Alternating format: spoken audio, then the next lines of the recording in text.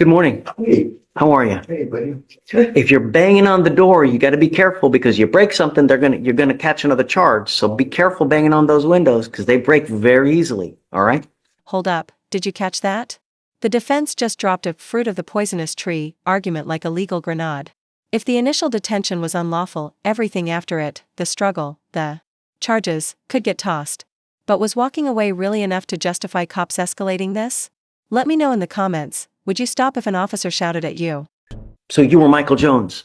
Mr. Jones, we're talking about you, so that's why I wanted to bring you out. It's only fair that you get to hear what's going on with your case. Your lawyer wants to challenge probable cause in this case. You're charged with interference with the duties of a public servant. You are facing up to 6 months in jail and or a $2,000 fine. That's what you're charged with. I don't know.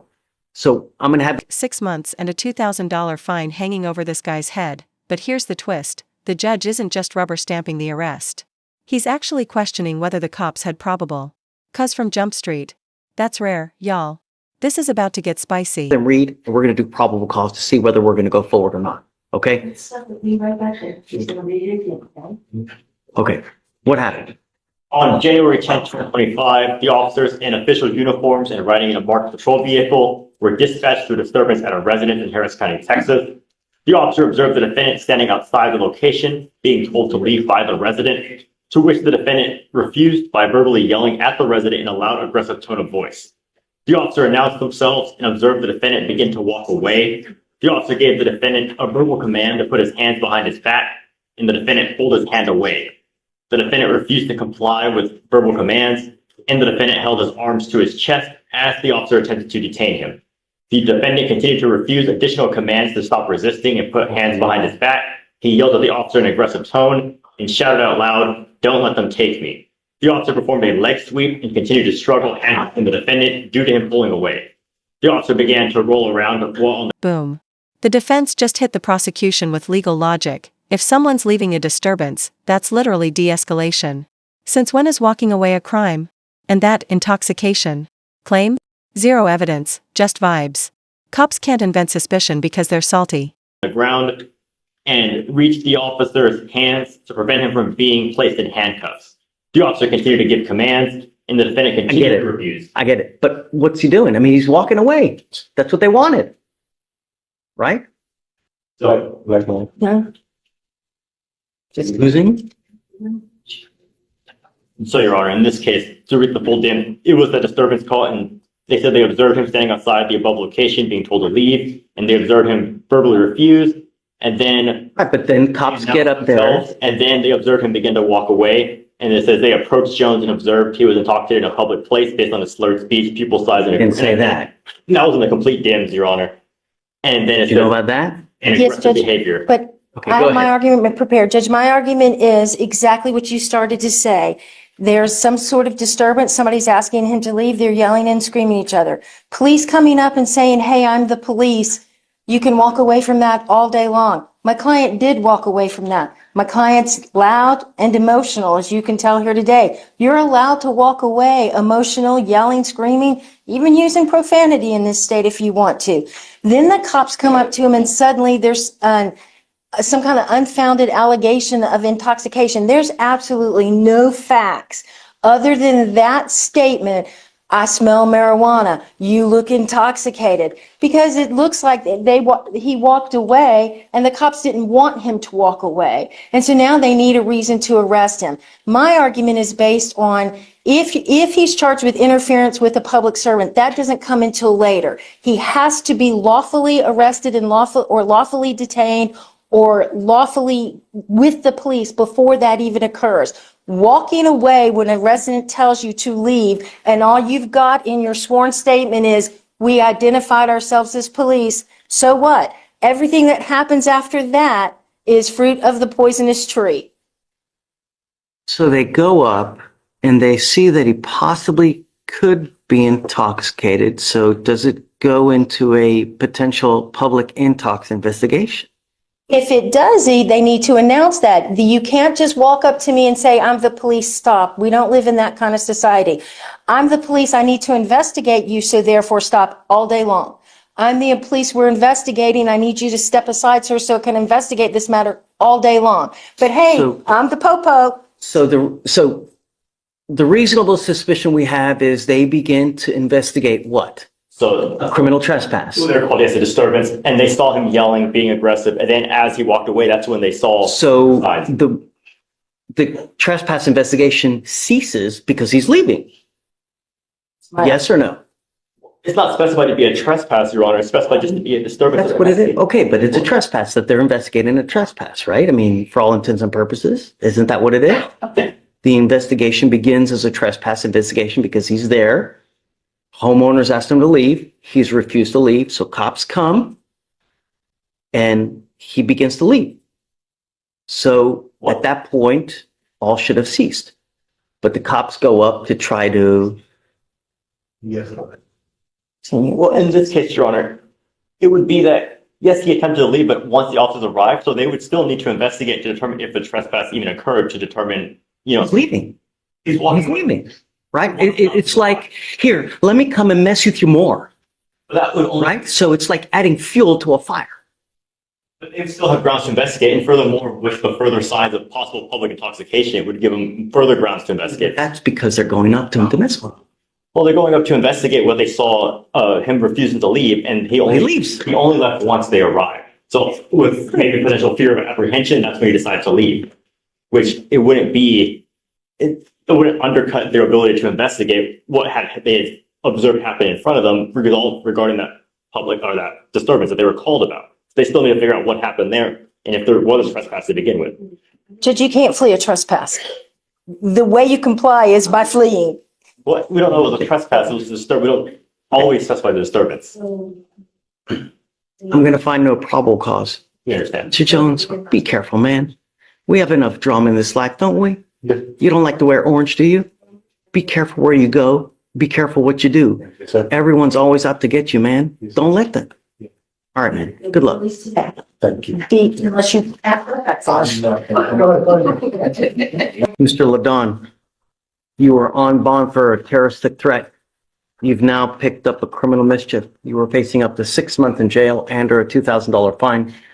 We are going to do probable cause. You have the right to remain silent. Anything you say can or will be used against you. You have the right to have an attorney present. If you cannot afford one, one will be appointed to you, sir. Yes, Judge. On February 11th, 2025, the officer responded to a physical disturbance at a residence in Harris County, Texas. Dispatch advised that the caller was reporting he had a knife and was going to stab someone because they were bothering him about a broken window. The officer made contact with the defendant and the complainant, and the defendant stated he called the officer. The defendant was found to be in possession of a green stuffed animal which had a fixed blade kitchen knife concealed inside. The defendant stated the complainant came to his house with her roommate, accusing him of breaking a window at her apartment. Well, hold, you're going really fast.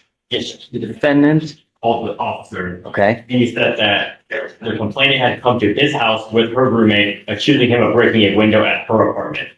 The defendant stated he was walking back to his apartment and that the complainant came out the back door to her apartment, but then he changed his story saying that she came out the front door to of her apartment to confront him. The defendant stated that the complainant came with a gun, though he did not see the gun. The complainant stated that she was laying in bed, heard a glass window in the back door break, jumped up, ran to the back door, and saw the defendant walking away from the door, holding a green stuffed animal with a knife. Apartment management stated the cost to repair the window was $200. There's a lot of randomness in it, Judge. The only thing, my concern is who broke the window? Did he break the window?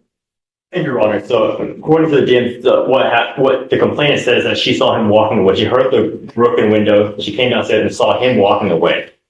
And then that's what we have in the DMs. Then I spoke with her yesterday as well. And she repeated the same thing, that he was the only one there when the window was broken.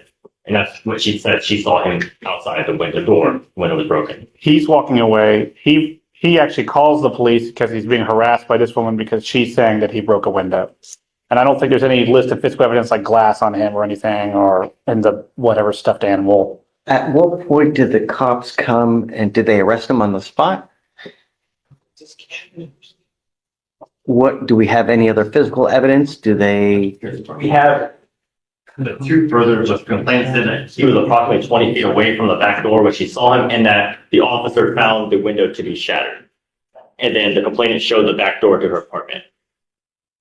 I mean, how do we know he did it? No one's saying that he did. I mean, no one saw, you know, it's, To be honest, just what we have is that the window was broken, and then she saw him outside at the time when she came downstairs to check on it. That's what we have. I get it. I get it. I don't think it's enough. However, the fact is, we're still having issues with the same complaining witness. I now have to take more drastic action to ensure nothing happens in the future. So now what I'm going to do is I'm putting an ankle monitor on it and I'm barring him from going within 500 feet of where she lives or where she works. Yes, Judge. Ankle monitor, just want to make sure it's ELM and not scram. Correct. Okay. Acid fees be waived. Okay. I'll add. How far do they live from each other, Alex? You know? Do you think those in complex? It was described as across the street. But when I spoke to the complainant, she said that they do not live across the street, that he was staying at a friend's house, but he told the officer that she lives across the street. So what I'm doing, Mr. Franklin, is I'm going to put a monitor on your ankle and there is a radius of where you cannot go where this person lives or works. And I mean, we may have issues with bond conditions as it is, because if I ordered him not to have weapons on the terroristic threat and they show me that, or they prove to me that you have weapons, I'm going to put your butt in jail. So maybe we should have a formal bond hearing to see if in fact you can prove that he has a weapon. Yes. So I have some hesitancy about everything, Judge, mostly because my client's orange sheet is quite extensive. So the jail has diagnosed multiple mental illnesses. I'm trying to track down his competency because I was appointed, I think, December. So there's been prior competency motions. I'm trying to get the reports from them, which is difficult because I forget what agency does the mental health evaluations. They're saying that they don't exist. So I'm trying to find his mental health records, Judge. It sounds to me like it's bipolar schizophrenia or schizoaffective. And so I think that my client is likely going to have severe mental health issues, which have been causing issues. And I think that's going to be the heart of all this. And so I'm trying to push for treatment. The case is just brand new is the problem. You ordered not to be in possession of any weapons. And they're telling me now that you have a new case and that you have an alleged knife as well. I want to set this for a formal hearing on Monday. And if they show me that you have a weapon in violation of your bond conditions, I'm going to bring it. Do you understand? You are not to be in possession of any weapons whatsoever. Get a hold of your witnesses. Yes, Get a hold of the cop. Yes. Let's have a formal hearing on Monday to show me whether he's in possession of a weapon or not. Yes, Judge. Yes, Judge. In the meantime, like I said, if I find that you become a danger to my community, it's really not going to go well for you. Do you understand, Mr. Franklin? There is no excuse. You will get this ankle monitor today, and you're not to go within 500 feet of where this complaining witness lives or works. If I can politely ask, Judge, that we reset for more than Monday, only because this case is new enough that there's literally no offense report. So I don't know officers' names or... Case. And that's a wrap on today's wild courtroom drama. If you think this was intense, just wait. Next week's hearing could send this case spiraling in a whole new direction. Was justice served, or did the system fail? Drop your take in the comments, smash that subscribe button, and hit the bell so you don't miss the explosive update. Trust me, you'll want to see how this ends. Until then, keep your hands where we can see M. So the new case, the criminal mischief, which will be the allegation for the motion to... Find no probable cause in the criminal mischief. Well, but the problem is, Your Honor, is that it's on the criminal mischief that we have the officer that saw the alleged knife. So we'd have to get in contact. We don't have the OR. We have the name. I could reach out, but we don't have the OR to give defense. So they can review it. And So the allegation is, and it's we don't have an OR, so we're reading DIMS. So the allegation sounds like the officer saw a knife, or maybe the CW saw a knife. It's unclear. To me, it sounded like both saw a Yeah. knife. And so Well, that's why. I don't know So, if I anybody mean, did. I guess I'll give you a full week. You know, that should be sufficient for you to get an Yes. OR, Yes, get in sir. contact with Because- both witnesses. And just to clarify for both parties here, the officer is the one that said when he contacted him, he found the defendant in possession of the knife. Okay, let's have a hearing. Yes, Judge. Get this guy over here. If you need to subpoena him, do it so that in today's Wednesday, we'll have a hearing next Wednesday. Thank you, Judge.